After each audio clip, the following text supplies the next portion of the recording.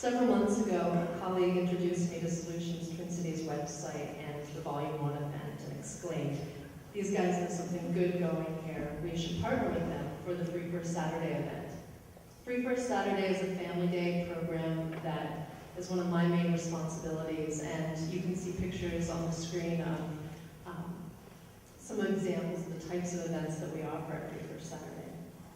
We were really excited by the possibility of having Troy and Colin translate their large-scale Volume 1 event into a forum of future-changing ideas that were appropriate for kids and families.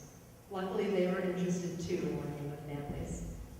So I met with Troy and Colin to brainstorm ways that we could collaborate and explain to them what typically happens at Free First Saturday, which is to say hundreds of families take the walker by storm every first Saturday of the month to participate in, well, to take advantage of free gallery admission, and also to participate in a series of multidisciplinary events such as film screenings, live performances, gallery and art making activities, and story readings.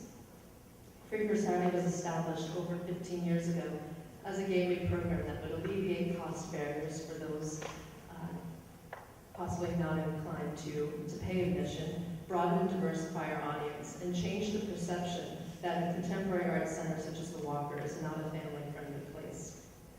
The traffic at Free First Saturday has accounted for a large percentage of the overall yearly attendance at the Walker. What resulted from our planning process was the Saturday, October 6th event titled Move Your World, which is organized around the idea that kids can be activists for positive change. The day was inspired in part by a current exhibit, Brave New Worlds, that gathers together 24 artists from 17 countries, whose art making is responsible to the world as subject matter and object of personal concerns and affections, but also inspired by our collaboration with Solutions Twin Cities, who invited juxtapositions and arts and background stories you've already seen tonight, Land Stewardship Project, and Sustainability Associates to share their ideas for art and activism and sustainability at a Free First Saturday Family Forum.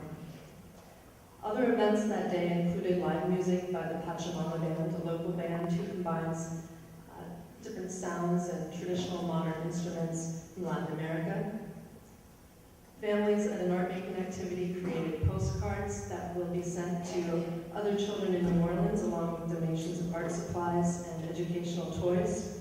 And film screening of a thought-provoking film called Syrah by Christine Stiles, which is about the tough decisions a young Muslim girl has to face in trying to fit in with her American classmates while still maintaining the beliefs and traditions that her family follows. Troy and Colin also played a significant role in coordinating one of the day's art-making workshops. They asked several artists for project proposals that would embody the day's theme. Gift to Forever was selected as the strongest one. I'd like to introduce Judy, Gallas, and Legris, the artists who designed the project, Gift for Forever, and let them explain some of the details. It was a great project, so I want to thank them.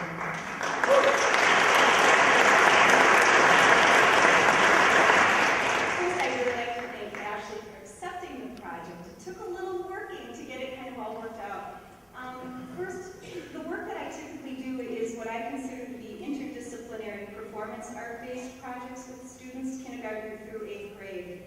And it was a challenge to try and figure out how do I take those concepts and integrate them into this kind of an event where you have a wide range of students, children. It's just kind of mind-boggling. So immediately I called in my friend and artist and just fabulous creative person, Legris, to help me kind of work through the ideas that I was coming up with and have her input on ideas she came up with so that together we could really create something that would be important for kids as a tool for them to understand better who they are, the power that they have in the choices that they make now, which affect future generations. And I'm going to let Mary really talk to you about the project Gift to Forever. Mary Legris. Thank you. Well, it was a pretty simple project. We started by making a large batch of homemade Play-Doh, which you make with flour and cream of tartar and salt, and took it to the walker. On one table, we had a huge clump of Play-Doh. On the other, we had an empty table. And we asked the participants, who were mostly